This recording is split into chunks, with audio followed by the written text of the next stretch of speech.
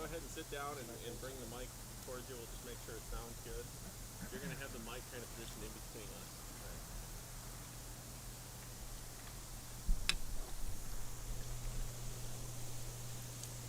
Up there. Check. Entrepreneurs is live. Got it. Check sound. 1, 2, 3. Oh gosh, that looks great. Let's see. Check. Check. Like 1, 2, check.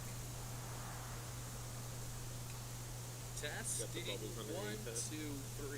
Can anybody hear me? Well, Bare Naked Ladies record. It's really quiet, actually. Is it? Yep, we're gonna have to make one adjustment here.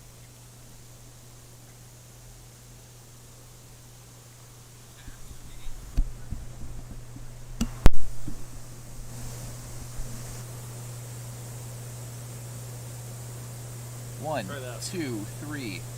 Michigan State. Michigan Keep saying State. stuff like that. 1, 2. Michigan State. Spartan bathing suit.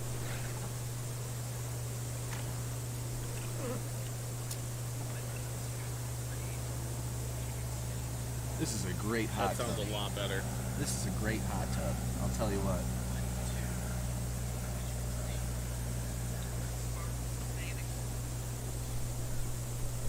That sounds so much better. That's good. Okay. Just gonna check Twitch as well.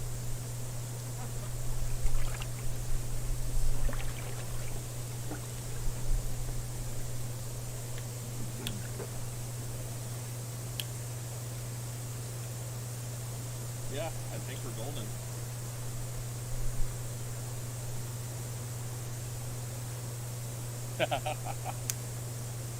Phoenix says, "What's that crap on your shorts?" Who said that? Colleen.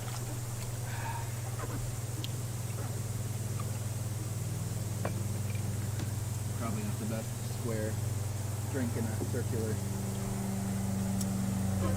Oh, yeah. Ooh, this is cozy. Tubpreneurs. Episode 0001. We're gonna have that many episodes? Just in case it gets to 10,000. All right. Here, you gonna hold this for a minute? Sure.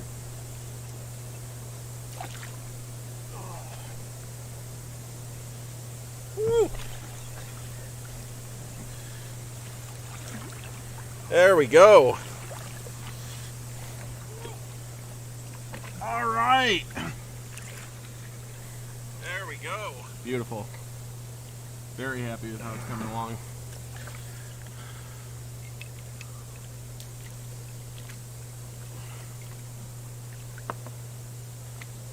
All right.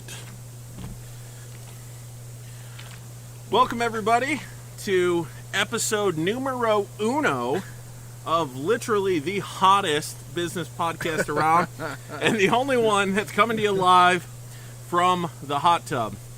Super excited for what we've got for you today. And I'm going to introduce our guests first. We have Mr. Andrew Castine with Mitten Property Solutions. And Andrew is a genius when it comes to real estate, wholesaling, investing. And he's going to be talking a little bit today about how he got started from CPA to dental office manager owner, to now doing real estate. So welcome, Andrew. Good to have you here. Thanks for having me. It's good to be here. Yeah, absolutely. So I got to ask first. So we talked a little bit about the fact that you started off as a CPA. Yeah. And tell me about that journey from CPA to dental office manager to how the hell did you start doing real estate? Well, for us, it was a really interesting path. So I started with a degree in accounting from Michigan State, and did my master's there, got my CPA. And nobody hold that against him. He's still a good guy, I promise. So, from there I went into public accounting. That was kind of the jumping point. And everybody talks about accounting is a good foundation for any business degree and a good career path. So I jumped in and I really enjoyed it. I enjoyed the complexity of it, I found my sweet spot in the healthcare and nonprofits industry. My parents are healthcare professionals, so getting involved in that on my side was what really appealed to me. And I'd always been interested in, I guess, really putting the family first.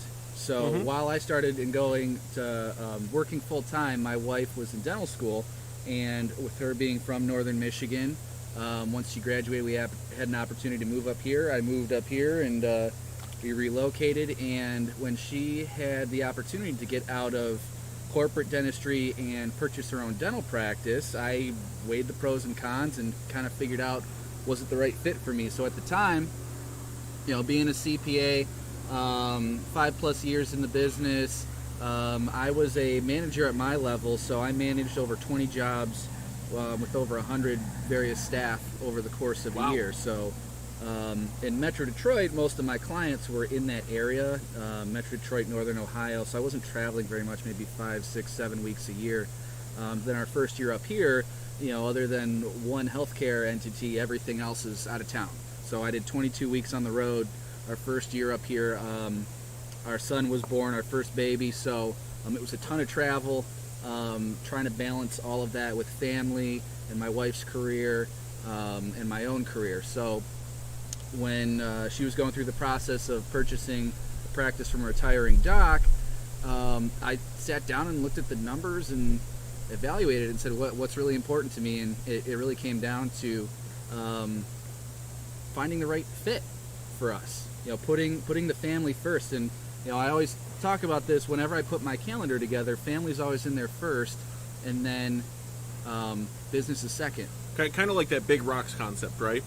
If you want to be able to fit everything in that you have on your schedule, you have to start with the big rocks, and the big rocks are your priorities. And then the sand. Yep, exactly. And then the water, right? Yep. The water is all the crap that we do that really, honestly, we probably don't even need to do. Yeah. So you made that transition from CPA to now managing the office with your wife. Yeah, it was a hard choice because I was in it to win it, to be a partner. I looked at the whole chart, and at the time I was doing about 2,900 hours a year, and it's like, okay, I'm about a decade away of doing 3,000 hours. My youngest is going to be in middle school at that time. Do I want to do that, or do I want to, look at the opportunity with my wife to help her grow a business so she can focus on being the doc and I can focus on all the nuts and bolts, the insurance contracts, the managing the staff, the scheduling, building out systems for the business to really scale it, and that's what I went for. And we closed up the purchase in basically Halloween 2017, and before Thanksgiving I knew I was never going back. So I caught the entrepreneurial bug, and was excited to jump into it, and it was cool, kind of getting through that whole process. So that's 2017. You're buying the dentist practice with the wife, and you're moving into that. And I know you had a little bit of travel there too between your home and where you had the dental practice. Obviously, though, what we're talking about today, you're not doing dental office. I'm not. So there's another change here. So talk to us about what kind of that transition looked like and what you ended up moving into and why. So, a big thing is that we all go through as entrepreneurs is, when we start out, we're all hungry.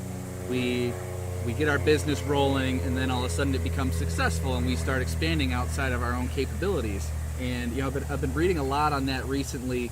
Not just on the real estate side, but on the entrepreneurial side in general. That you got to really have the right plan in place to make sure that you're scaling properly to handle all that. And we really didn't have that on the dental side. We expanded very rapidly. We added over 1,000 new patients in our first 12 months.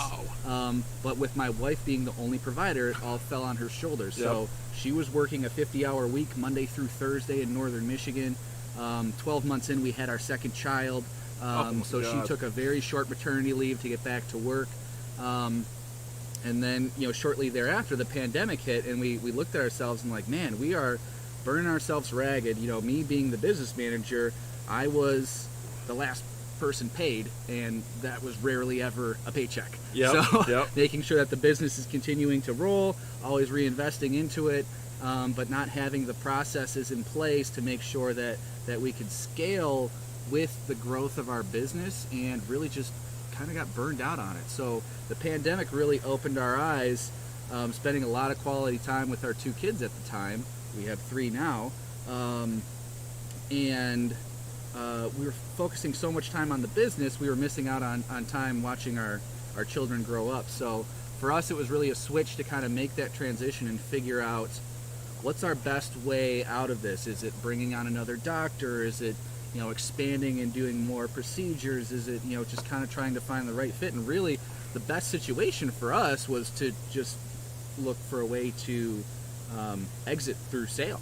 So, pandemic hits in March of 2020. By August, we started seriously considering it, and had a lot of people interested. We took an old office with film x-rays and paper charts and brought it into the 21st century and grew business 50% in 3.5 years, and really attractive business that people can take and run with it, because my wife kind of had hit that breaking point for herself where family comes first for her as well.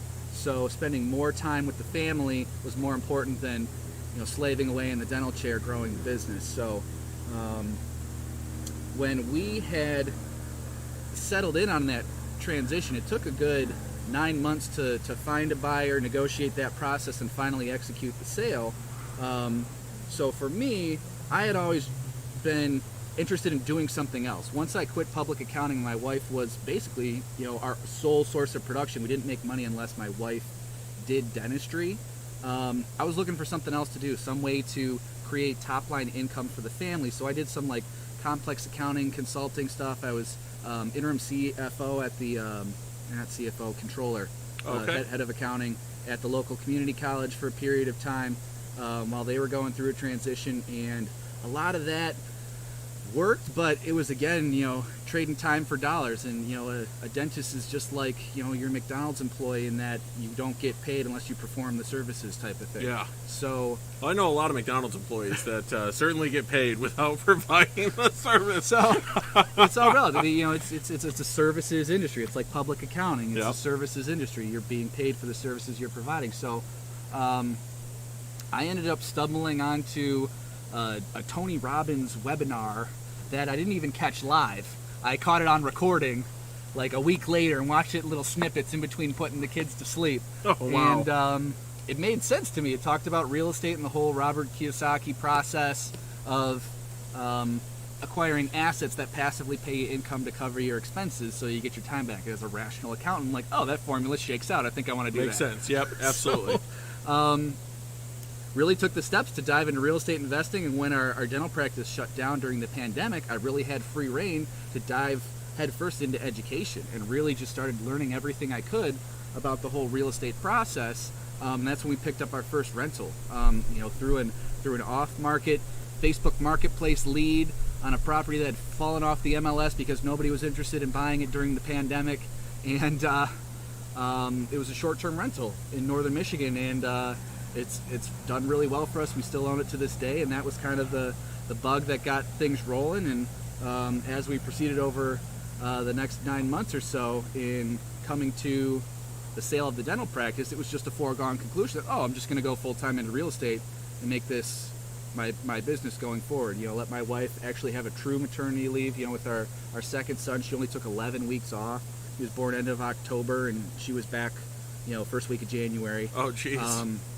So really focused on her spending time with our daughter after she was born, and really just letting it run its course. If she didn't want to go back to dentistry, it was such a trying, challenging experience, then that's the game plan, and we're just going to execute it. So, it was cool, to really take those steps and dive in and not really, it's like a cheat code having the entrepreneurial bug already, because you're like, I'm just gonna go to real estate and I'm gonna be successful at it. I'm just gonna do it. You gotta just go get it. So what was the hardest part of making that transition? I mean, so you sold the dental business, you started to kind of come into this place where it's like, I'm gonna buy this rental, I'm gonna start doing real estate. What was the hardest part about making that transition, and the biggest challenge that you had as you were starting to walk that path? I think the biggest problem that a lot of first-time investors struggle with is just the amount of effort it takes to get that first deal under your belt, whether it's a rental property or a flip or a wholesale or whatever. It's a lot, of the 5, 6, 7 million. Now I forget the numbers. Say there are 100 million properties in the U.S. that are sold every year. Roughly about 10 to 15% of those are distressed. So really, you're looking for, you're going to hear no 90% of the time when you're looking for your first deal, and it's a lot, especially if someone's trying to jump into real estate investing while balancing a full-time career, and you're picking it up on nights and weekends, trying to do your education, trying to hound for leads. It's hard. It's challenging. If it was easy, everybody would do it. That's true. It's true. Really kind of getting, for me, the biggest part of the transition was, going from here, now I'm at this office where I'm in charge of 8 people every single day, managing daily operations and stuff like that, to boom, employee of 1. I only work, I only eat based on what I kill type of a thing. And it's we always talk about, marketing is the lifeblood of any business. So really starting that marketing engine and getting it rolling and expanding it. And a lot of the time, my first year, I leaned on relationships and local networks. You and I were in a BNI chapter together where I did get a couple of deals just from the relationships. Not only finding an opportunity to do a deal and acquire a property, but I also, through relationships, my photographer sent me a lead that I ended up purchasing, and it was a flip. And 6 people in my BNI chapter had relationships that helped me complete that flip by the end of the job over a 90-day period. So, it's just kind of getting the base level going and understanding where you're going and having the conviction to keep going. It's coming. You just gotta hit that first one, and then it waterfalls from there. Well, you see a lot of that same principle of that 90-10 is in sales, right? I mean, you've got a lot of sales. You have to make 100 calls out to get 1 sale, right? And you're looking for kind of that ace, right? That ace in the deck. And it's not going to be everybody, but I used to always think of it as every no that I got was really awesome because I knew it got me closer to a yes. It's like, all right, cool, I got one more no. I'm getting closer and closer to that yes. So having that tenacity to just keep going with it, even when it gets hard. Right. Now, obviously, tell me a little bit about what role a coach has played in your career as you were getting started with real estate and everything there. Because I know you have a coach. Massively important. I didn't get a coach until the last 6 months of the dental business, and it was life-changing, basically. Like, we had no buyer, we had no plan. We planned on selling the business because we didn't see a path forward to continue growing our family. So once we kind of decided, okay, we're going to sell the business, we kind of had a lot of our seller or buyer leads dry up, but my wife got pregnant anyways. So we're whether you want to or not, 6 months away from having a baby. Yep. Like no signed contract, things like that. And through real estate, I ended up getting connected with my coach, and she helped me with everything. Helped me coordinating the sale, reaching out to people, helping manage the team through the whole process, and then really taking that to the next level with the transition from dental into real estate and making sure that I am, it's a sounding board, right? Right. Yep. I can be as driven as I want, and that's what I was in the dental practice. Yeah, we're gonna grow this business 10x, and we're gonna do all these awesome things, and we're gonna hire twice as many staff, but without the proper systems in place, we burned out on it. And my coach is a huge help in pointing me at the right direction. We intentionally, at my own request, talk every single week. Every Thursday at 12:30, we're on the phone with each other, usually video chatting. Okay. Yep. Because that's the best type of, face-to-face. The whole Volley community. Absolutely. Face-to-face is awesome. Which, by the way, if you guys want to know what Volley is, there should be a link that will appear in the chat as we keep talking here. And of course, you can always check the Tubpreneurs link tree as well for that. There's an after party after this. Nice.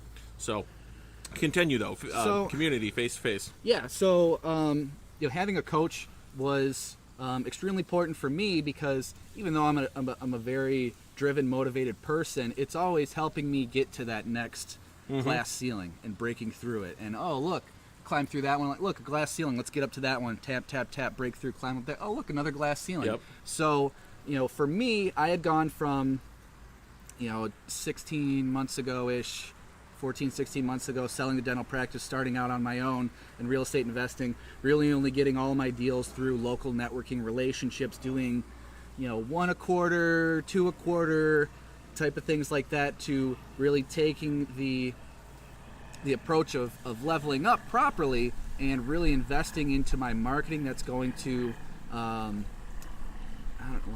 reflect my system. That's not really the right word. More leverage the systems I put in place to where when I scaled the marketing, my business could grow with it. So, we're sitting here in June, almost 6 months into the year. I have 12 transactions that I've already closed. And not all that is just the standard rental property or flip that I'd been doing the last couple of years. It was really more of the quick hitter wholesaling that makes most sense for my business model, because I'm trying to acquire more active income in shorter spurts in larger volumes, so I can go out and acquire passive assets at a greater clip and getting to that financial independence level that we're looking for as a family, where we can basically have passive income replace all our necessary expenses, type of thing. So. Right, exactly. So tell me, you talk a lot about systems. I mean, how important are systems in the business that you have, or really anybody's business? Are they something that people should focus on? And the reason I ask is, as you know, I've been going through the E-Myth Revisited, right? Which, if you guys haven't read that, it's free on Amazon right now. Highly recommend you go check it out. But it talks a little bit about how we have these entrepreneurial seizures and we get excited and we go, but then really the technician in us, the person who knows how to do whatever it is that we're doing, kind of takes over and goes, well, I'm good at cleaning, so I'm gonna run a cleaning business and I'm gonna be the cleaner, or I'm good at locksmithing, so I'm gonna run a locksmith business, right. And I'm not really gonna focus on the business. I'm gonna always be focused in the business. So what do you think about systems and actually being able to have some of those things that aren't necessarily you doing it, but just happen over and over? Yeah, I mean, for me, it was a real paradigm shift in my business. Within the last week, I hadn't read the E-Myth Revisited, and I picked it up and I crushed it in 24 hours because it spoke to me. It made sense, and it told a little bit of our story of the dental. So it talks about this gal has a pie company. She makes pies, and she's becoming kind of just a technician in her own business, where she's the only one making the pies, cleaning the place. Yeah, she's great at making pies. Starts resenting it because she's the only one doing all the work. But it all comes from the process in her business before where she was at that point. Was she had started to grow, she hired new people, and then didn't have the systems in place, so when her people left, everything just kind of got dropped, and you're relying on that person rather than relying on the system. The only way to do it is just step in and do it yourself. So I did a ton of that at the dental practice. You look at 3.5 years there, going from a manager of 100 people a year to the manager of a front office of a team of 8. So for me, it was where my skill set was a step down, but it was a step down for the choice of our family. And but I never really had the processes in place in order to level up out of that again. Talk about having this pipe dream of, we want to have 10 offices in northern Michigan and 15 dentists working with us. Just blow it up, go crazy, go nuts. So that never really happened, and we made the transition. So for me, as I've been scaling my marketing business and doing more wholesaling because of it, I'm the technician again. I'm calling the sellers, I'm negotiating the contracts, I'm talking to the buyers, I'm getting the deal closed, I'm working with the title company and pushing it out the door and collecting the check at the end of the day. All that's great, but the process I've gone through with my coach over the last week plus, which by her recommendation I read the E-Myth Revisited, has really allowed me to every single day take time to work on the systems and work on the business, rather than, yes, you have to work in the business to get things done in order to produce revenue, your RGAs, your revenue generating activities, but being able to step back and be a third party viewer of your business and understand that, okay, is this the best way to do this? Is this the most efficient? Do I have a documented process for doing that? So that's what I've been really going through over this last week, is really doing the actual work and then stepping back at the end of the day and saying, okay, what did I do? How did I document this? How do I know someone's actually really interested in selling, or they're just kicking their tires trying to get an offer type of thing, and understanding that whole process. So that's what I'm working on now, and actually really excited because I'm taking the steps to get my business in the best position possible, because I'm going to a mastermind this weekend in San Diego with other high-performing real estate professionals who specialize in this kind of stuff, and I'm really excited to make sure that I'm at my peak performance for my business, so that I can get everything maximize my return of going to the mastermind, networking with other high-level professionals within the real estate industry, and taking my business through the next glass ceiling.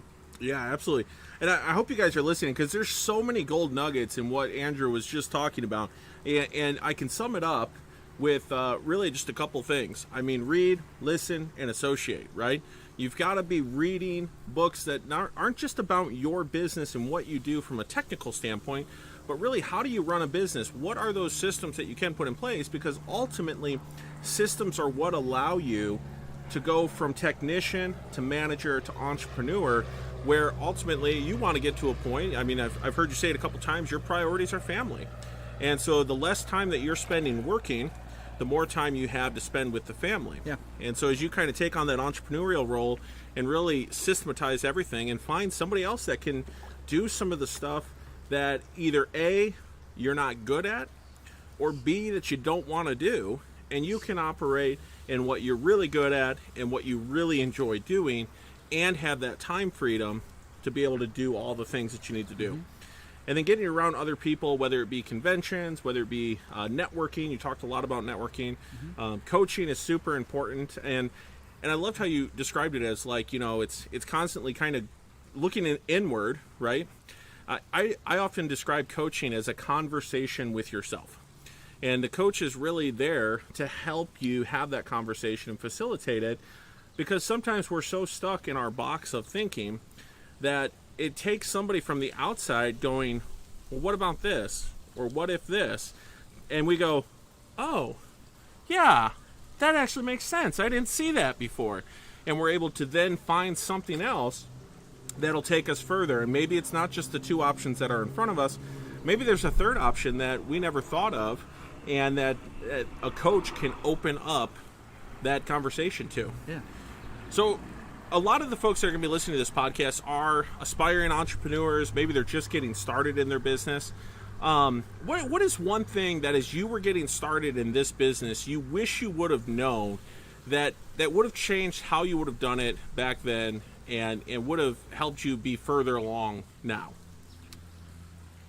I mean, I keep going back to the E-Myth Revisited, but the chart that they went through, where it talks about, you have an actual structure for your business. You may sit in every seat as, the president and chief operating officer, but understanding that your business has three different components to it, three different departments: sales, operation, or marketing, operation, and finances. Yep. So for me, in the dental world, it was all about, like, okay, cool, how many patients can we get in the door? How much revenue can we produce? Not having a full grasp and understanding of, where's our money being spent? Not just what's the cash flow on a monthly basis, but, like, when is it actually, what is the true flow of our money? We pay our supplies invoice every month on the 9th. Well, we pay payroll every 2 weeks. Yep. How to plan for that accordingly and make sure the revenue always adjusts and budgets appropriately. Like, one of the biggest things we went through, that I always hated the Christmas season, because when you work a Monday through Thursday work week, the month of October, because it's got 31 days, you usually end up working about 19 days in a month. Yep. So 19 days in a month, if we're targeting trying to produce $5,000 a day, it's a solid month. You're getting pretty close to $100,000. Well, yeah. With the holidays and Thanksgiving, and you're taking Thanksgiving off and the day before that off, sometimes the calendar falls weird on that, and then you have Christmas Eve, Christmas, New Year's. That week in between kind of gets lost. We would end up working 12 days in November, 12 days in December. So those 2 months, we'd only work 24 days relative to 19 in October. Yep. So, but in those 2 months, the banknote's still due, payroll's still due every 2 weeks, the supplies invoice is still due, and then on top of that, you have the holiday season where you're supposed to be, celebrating with everybody for Right. a great year, and you turn around and you're looking like, oh man, we're barely breaking even these 2 months, so now we're Yep. working 12 months a year to make money 10 months. So having that understanding at a very early point in my career would have been extremely beneficial to plan accordingly for that. Yep. And set the appropriate, budgets, goals, not just weekly and daily trying to hit targets, but on a monthly and quarterly basis, so we get an understanding of the flow of our business. Being in northern Michigan, you get a lot of seasonal people who are here in the summer but gone in the winter. So as a number of people in town relative to the number of people coming in your door, you're going to see that swing in a dental office. So understanding that, same thing in real estate, the home buying season. Everybody wants to buy in the spring, nobody's buying in the winter, but it doesn't necessarily mean people are not interested in selling in those times of years. So being able to touch the right kind of people at the right kind of time, and then make sure that the flow of your cash in your own business is representative to the cycles of your business and where you want to take it, budgeting for growth in the future. And that is so important. What he's talking about here is the seasonality of your business. And this is one of those things that I think is really hard sometimes for new entrepreneurs to really look at honestly as, hey, you're going to have ups and downs. It's very likely. And depending on the business that you're in, they can be huge, they can be small, but your market is really going to define what those ups and downs are. So we live in northern Michigan, and a lot of our ups and downs, it's down in the winter because of exactly what Drew talked about. There's less people here. And then it's up in the summertime because we have 500,000 people that come to our town in the summertime, plus an extra 500,000 at any given point. And so it's really interesting to watch those. And what he's talking about is just being prepared for that seasonality. So know your market, understand it, maybe talk to some other business owners that are in similar businesses to yours, and try to figure out what is the seasonality here. What do I have to prepare for? What do I have to be ready for? Because if you start, a business focused on cleaning pools in the summer in northern Michigan, you're going to be doing really freaking good. Come winter time, your business is going to shrivel in a little more than a little bit. And so being prepared for that and being ready for that is super, super important. And the other thing that I heard you talk about with the E-Myth Revisited is an operating system, right? Mm-hmm. So every business out there has to have some sort of operating system. And you can get those operating systems through books, through seminars, through coaching, whatever that is for you. But a couple of the ones that I know of that have had a lot of success is the E-Myth Revisited has been a great one, helped a lot of business owners. If you look at the EOS system, that's Traction by Gino Wickman, talks a lot about that. Really good. Great operating system there. You've got the 2-second lean, which can be a really amazing operating system there as well. I know a couple businesses here in town that have done a great job of implementing that one. Really, you just need to read. You need to listen. You have to get out there and learn what these operating systems look like. And even if you're a one-man shop, have that operating system in place, because ultimately you want to get to a point where it's not all about you. Your business doesn't rise or fall. It's not John's business. It's not Drew's business. It's the business. And that business becomes its own entity that you're able to have the freedom to take time off when you have kids, to go on vacation. I mean, think about getting to a point in your business where everything is so systematized that you can take off for a month and it doesn't really affect your paycheck. And that's what true entrepreneurship really looks like. If you read the Cash Flow Quadrant by Robert Kiyosaki, he talks a lot about that. You've got an employee, you've got self-employed, you have a B-type business owner, and you have an investor. And so many people I see are really just solopreneurs. They're self-employed. They bought a job. Mm-hmm. And in order to go from buying a job to having a B-type business that's systematized, that makes money without you, you have to have some sort of operating system in place and build up to those systems so that you can continue on and go further. I think the one thing I would add to that is, yes, there are a ton of resources out there. Absolutely leverage those, but it really all comes down to, at the end of the day, you need to do the work. You need to objectively put your business systems together, because at the end of the day, if you just make the systems based on yourself and your preferences, as it talks about in the E-Myth Revisited, you're not going to be able to replace yourself because no one's going to do the system that you designed for yourself.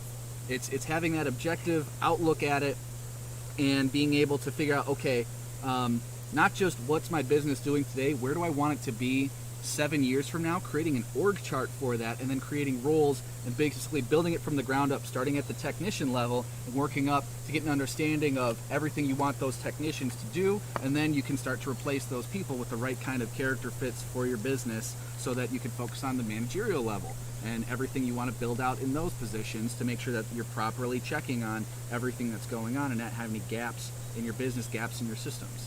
Yeah, that's so true because, I mean, really, when you look at it, you have to make it so that the business becomes bigger than you. And the things that you're doing right now may not be the things that everybody else is going to be willing to do. And ultimately, more than likely, nobody's going to work harder for your business than you are.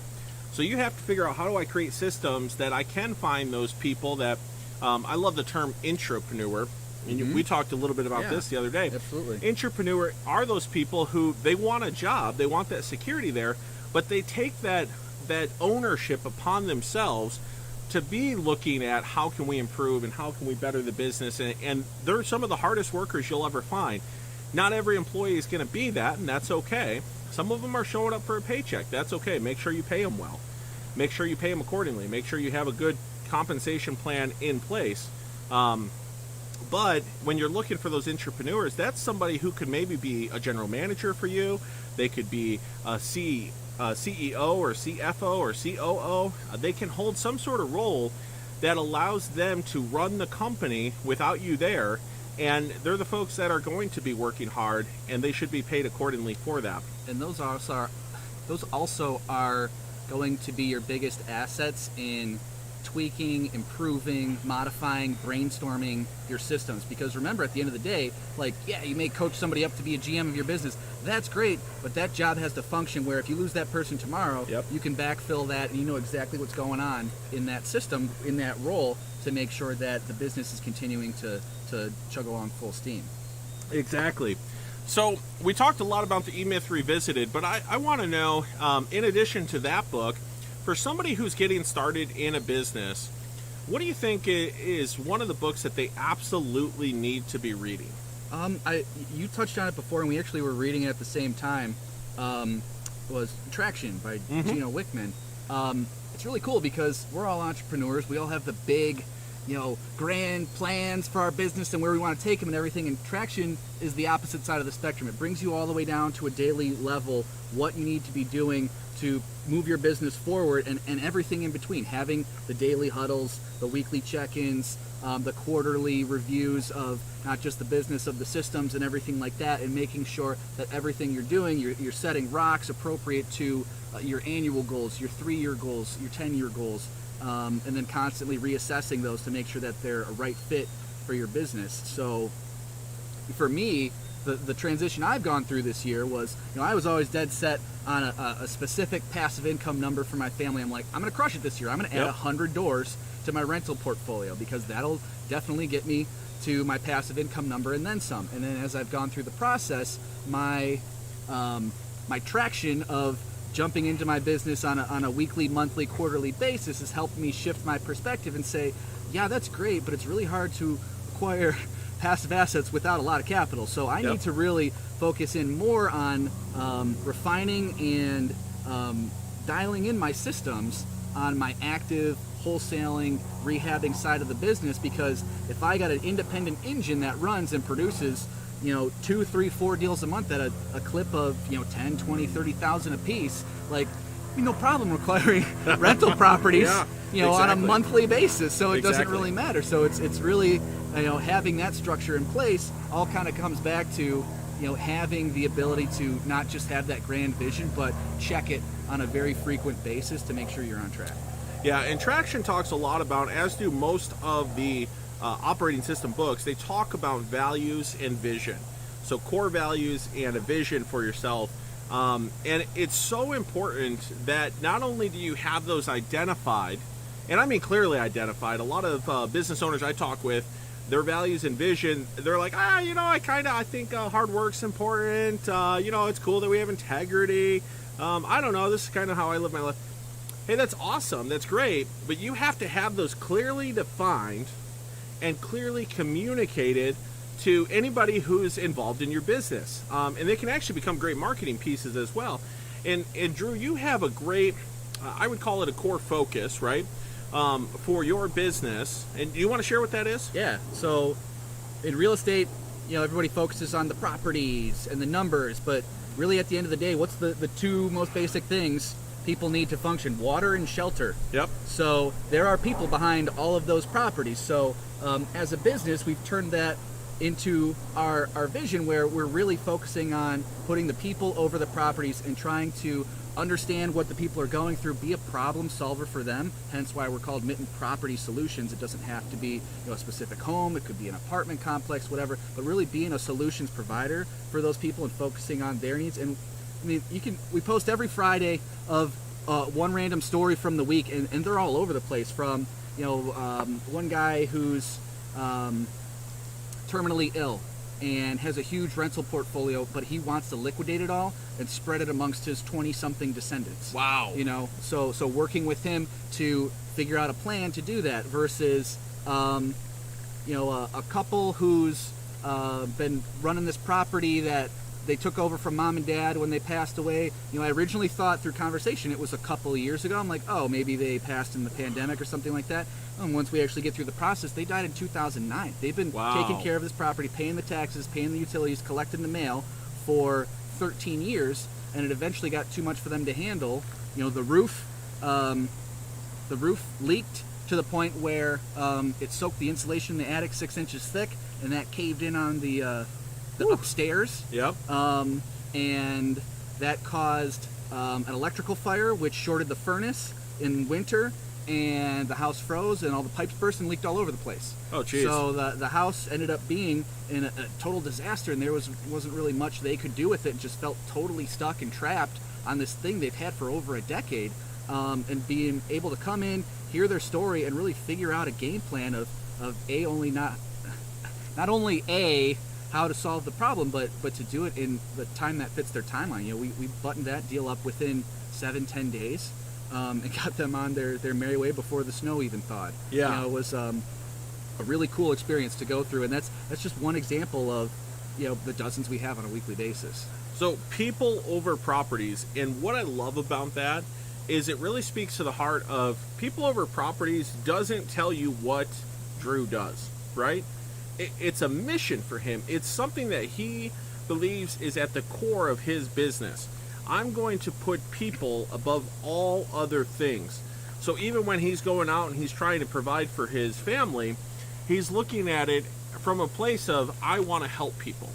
And I love it. Zig Ziglar had the saying, and I might butcher it, so we'll see, but you can help, you can get whatever you want in life if you just help as many other people get what they want out of life. And that's really what that people over property speaks to. It's that the B&I givers gain mentality of, I want to make sure that I'm doing the right thing for people. And I know that by doing that, call it karma, call it whatever you want, it's going to end up turning good for me. And so when you're looking at properties, you're looking for those win-win situations. Yeah, we just had a conversation this morning. Guy's had a tenant in his property for forever. His house is appreciated. He's renting it for like $1,200 a month. It's worth about $300,000 right now. He's like, I could sell it to you for $260. I'm like, okay, but if I do the math, I got to buy it for $260, then I got to clean it up, then I got to list it on the market, and I'll pay all the closing costs to do that twice. Bring realtors in, make sure they get their check for the hard work that they do. Really leaves no spread for me. It's a huge risk on a multi-$1,000 property, and I said it's not a fit for me. Yep. Your best option is, I can give you a realtor referral with one of my top performing realtors, and they can chat with you and have a conversation on the whole process of selling. But you're going to maximize your dollars just taking it and listing on the market. Yeah. So, he was super appreciative to hear that. He's like, "Oh, thanks. You're not just going to lowball me and offer me like $150,000." Like, no, it doesn't work for you. It doesn't work for me. Yep. And that's so important, that when you're going into business, whatever you're doing, you've got to have that integrity. You've got to have that willingness to go, hey, this probably isn't the best for one of us or both of us.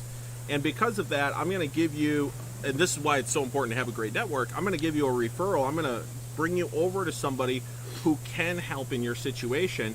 And my guess is now you have a potential buyer in the future based off of that conversation, because he's going to look back on his conversation with Andrew and go, you know, that guy did right by me. So if I have an opportunity where I can do XYZ, that's gonna work out really well for both of you. I mean, we touched on it. There's lots of ways to stay involved in real estate and make passive income without being a landlord, through private lending, different syndications, through commercial properties, things like that, where you can truly be hands-off and act like the wealthy and let your money make money type of thing. Yeah. You don't have to answer those phone calls of, hey, the toilet's clogged again, or, well, fun stuff that comes up. What was the one today? What was it? I had a tenant where we just put a new toilet seat on because the last one had broke. He's like, yeah, something's wrong with this toilet seat. It's not working properly. I'm like, oh, okay. So I got to get over there. I got to tighten the nuts a little bit and make sure everything's secure. It might just be replace the toilet, for $100 or whatever. But we got to figure it out. But those are the headaches that people don't want to deal with. You can, for example, this guy, he's got the property free and clear. Say he lists on the market. He makes $200,000+. We can take that and invest in real estate passively through me or someone looking to do higher volume deals and leverage other people's money to do more and make double-digit returns on his money. Sitting at home, doing nothing, having it secured and insured by physical real estate. It's absolutely. much more consistent, steady, predictable relative to the ups and downs you see in the stock market or cryptocurrency, things like that. Where you can have comfort in knowing the physical real estate and everything like that. So we've talked a lot about how you got started in this and kind of where that came from and your vision for this.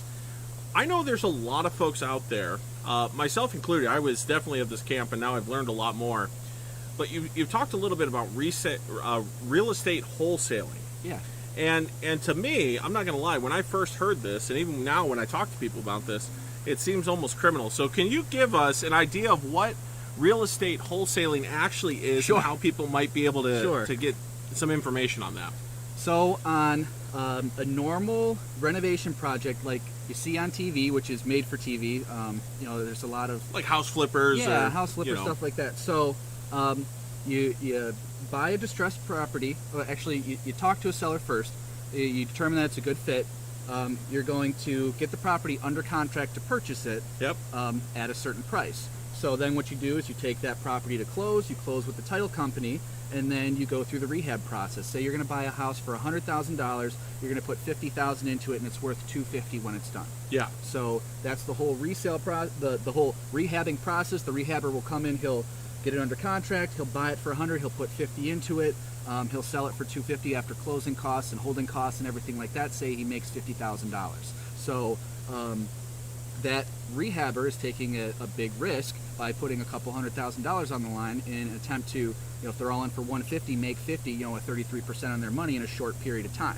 So what wholesaling does is it controls pretty much the entire front end of that. So a lot of rehabbers who are focused on managing their projects and the contractors and maximizing their return on their large projects, the wholesaler, someone like me in this situation, will do the marketing, get in touch with the individual, determine it's a good fit to buy, and then we will get the property, myself, get the property under contract, and then I will market it out to my buyers who are rehabbers. So say I get it under contract for $100,000, I will assign my rights to that contract for, say, $110,000. So for me, I'll make the difference between the contract price and the assignment price, the $10,000. Mm-hmm. The rehabber will buy it for $110,000, still do the $50,000, and sell it for $250,000. But instead of making their $50,000, they'll make $40,000. So they're basically conceding some of their profit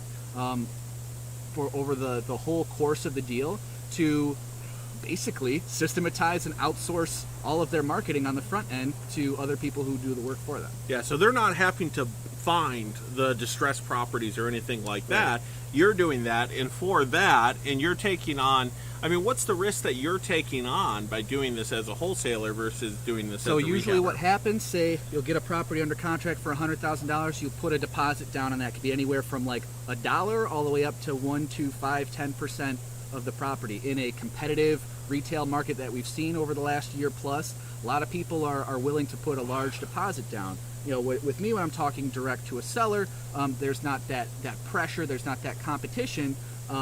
So I could secure a contract with, say, like $500. Okay. So that $500 will go into the title company, and they'll work on the title, make sure it's a clear title, they're clear everything, put title insurance in place and all that. So if I go to market that property and I can't get it wholesaled, it's either up to me to buy the property myself and start renovating it, or I let the contract go. And as a result, I would lose my deposit on that deal. Really, that's what I'm trying to avoid at all costs. Really, everything that I'm putting under contract, I intend to close. I want to help that seller first and foremost. Just had a conversation the other day of guy owes $47,000 on his rental.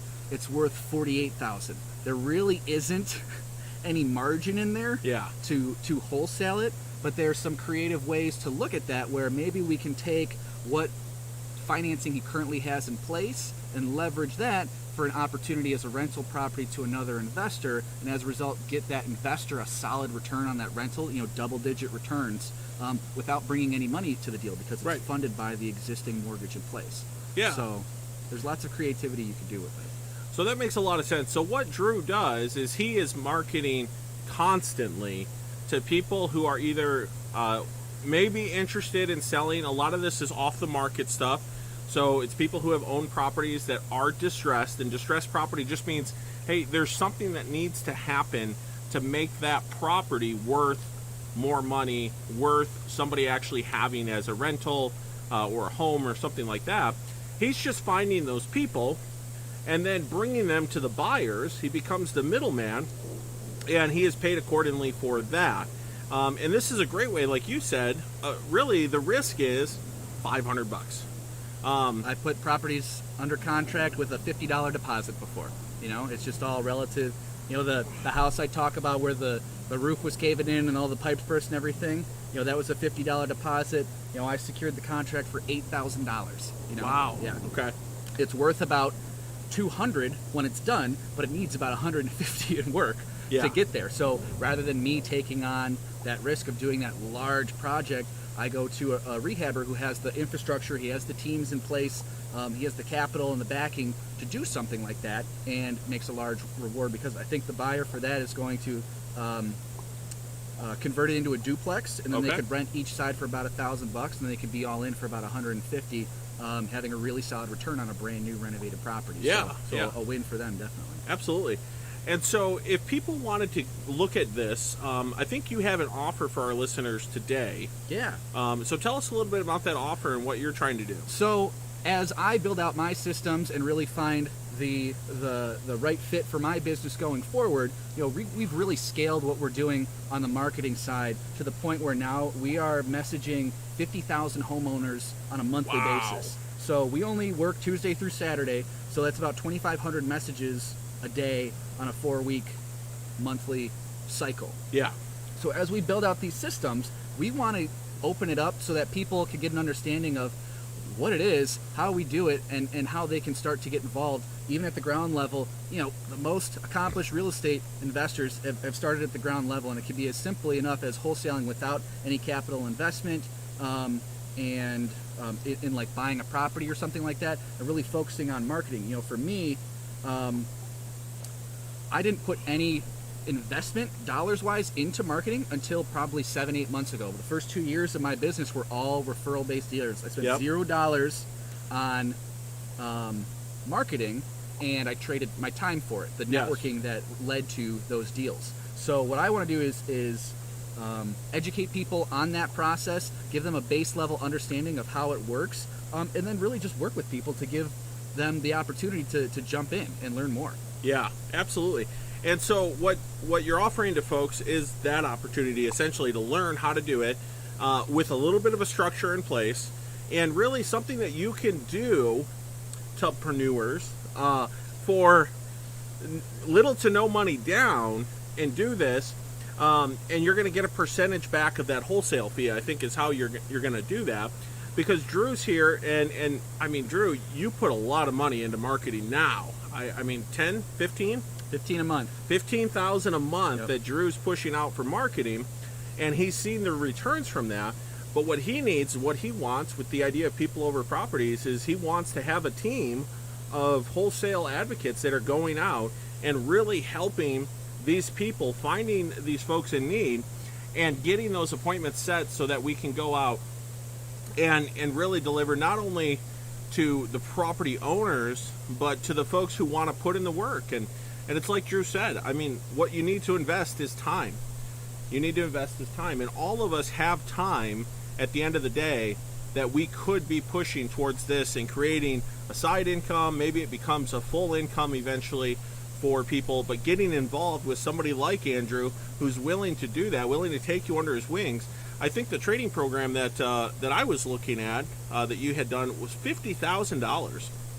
So Initially, yeah, many years ago, yeah. yeah. So there can be a huge investment if you're looking at doing this on yourself and learning the ins and outs of it. And Drew's saying, hey, partner with me, come along with me, and let's teach you how to do this. Let's get you making some money, and eventually you can move forward to something that's really going to be, hopefully, something that's going to change your life and actually help you move forward in the future. So that's pretty amazing.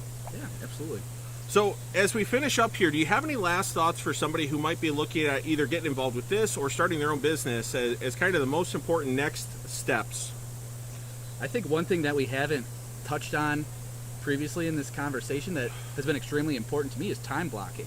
You know, Yeah. for me, with family being a priority, you know, I get the kids up at, well, they wake up at like 5 sometimes, but say 7 o'clock, we're doing breakfast, we're out the door by 8, and then I'm leaving at 3 o'clock to pick them up from school. Yep. And that middle 7 hours is extremely valuable because I don't get that time on the weekends. It's only during the work week, and I'm shifting my focus in the near future because the kids aren't going to school for the first time ever for summer school. So they're Yeah. going to be home for 3 months. Yep. And, you know, just trying to work with that, make sure I get a lot of time with them and everything like that. So it's extremely important to, you know, the book that we had read back in the day was the 15 Secrets Successful People Know About Time Management by Yes. Kevin Krause. Yes, And that really great talks book. about, you know, starting at the top and putting your most important task first in the day, because it's all about 1440. You only get 1440 minutes in a day, so don't let one slip away. Maximize every single one. So putting the most important things you need to do up front will make sure that those are accomplished and you're propelling your business forward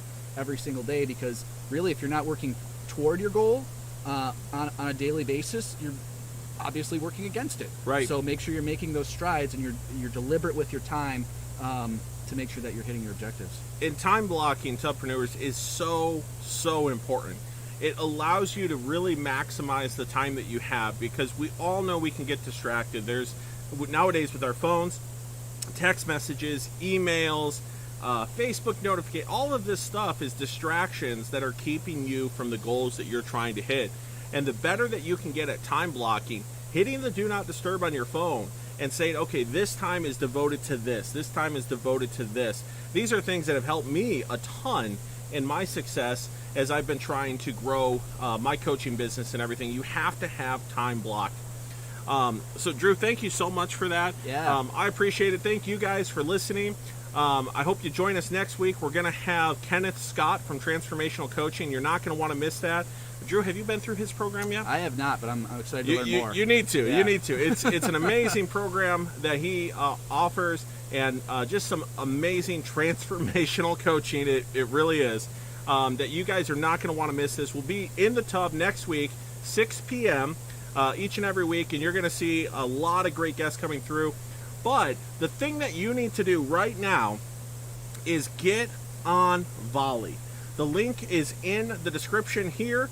Should be in the link tree on Twitch or YouTube, whichever one you're using right now. If you're on Spotify, we're going to have it in there. Apple Music, all of these ones are going to, well, I think they're going to have the description. I don't know. I got to figure that part out yet. But you're going to want to get to our link tree. So it's linktr.ee/tubpreneurs. And you'll be able to join us on Volley. Drew's actually going to be hanging out in that Volley this week. And you can ask him anything you want. That's right. And he will jump on there and answer it as at his time. He'll probably block some time with the time blocking for that. So thank you guys so much. It's been a pleasure, and I look forward to seeing you on the next one. Awesome. All right. Thank you guys so much. I'm going to see. All right. We're going to go ahead and turn this bad boy off. Woo!